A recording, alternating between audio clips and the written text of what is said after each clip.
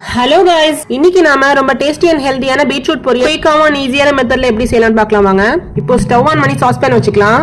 2 table spoon கடலெண்ணெய் ஊத்திக்கிட்டு 1 teaspoon கடுகு add பண்ணிட்டு வரமிளகா 2 ஆட் பண்ணிக்கலாம். கொஞ்சம் போல கறி லீவ்ஸ் ஆட் பண்ணி மீடியம் சைஸ்ல ஒரு ஆனியன் கட் பண்ணி வச்சிருக்கேன், அதையும் ஆட் பண்ணி நல்லா வதக்கி விட்டு எடுத்துக்கலாம். நம்ம இந்த பீட்ரூட் பொரியலுக்கு வேற எந்த ஸ்பைசஸ் ஆட் பண்ண அவசியம் இல்லைங்க, உப்பு மட்டும் ஆட் பண்ணா போதுங்க. உப்பு கொஞ்சமா ஆட் பண்ணி நல்லா வதக்கி விட்டு எடுத்துக்கலாம். இந்த மாதிரி நல்லா வதங்கி வரணும். ஆட் பண்ணிருக்க ஆனியன் இந்த மாதிரி நல்லா வதங்கி வந்ததுக்கு அப்புறம் நம்ம பீட்ரூட் கட் பண்ணி வச்சிருக்கோம், நம்ம ஆட் பண்ணிக்கலாம். இதுல ஒரு 1/4 கிலோ அளவு இருக்கும் இந்த பீட்ரூட். இதை நம்ம கொஞ்சம் கொஞ்சமா ஃபுல்லா ஆட் பண்ணி விட்டுறலாம்.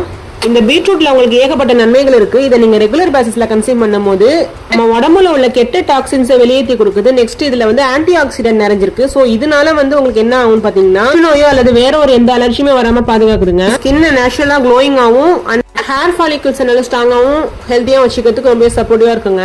நம்ம தண்ணி ஆட் பண்ணி ஒரு 5 நிமிஷம் பக்கம் வேக வச்சு எடுத்துக்கலாம். ஒருவேளை நீங்க வெயிட் லாஸ் இருந்தீங்கன்னா தாராளமா கன்சியூம் பண்ணலாம். இதுல பாத்தீங்கன்னா லோ கேலரி ஃபுட் தான் உங்களுக்கு, அண்ட் நார் சத்து அதிகமா இருக்கிறதுனால வெயிட் லாஸ் உங்களுக்கு குயிக்காவே நடக்கும். இந்த பீட்ரூட்ல உங்களுக்கு நைட்ரேட்ஸ் இருக்கிறதுனால பிளட் பிரஷரை நார்மல் ரேஞ்சில் வச்சுக்கோங்க.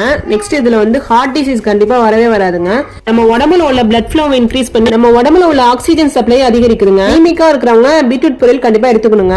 பாத்தீங்கன்னா உங்களுக்கு ஹீமோகுளோபின் லெவலை இன்க்ரீஸ் பண்ணி கொடுக்குங்க.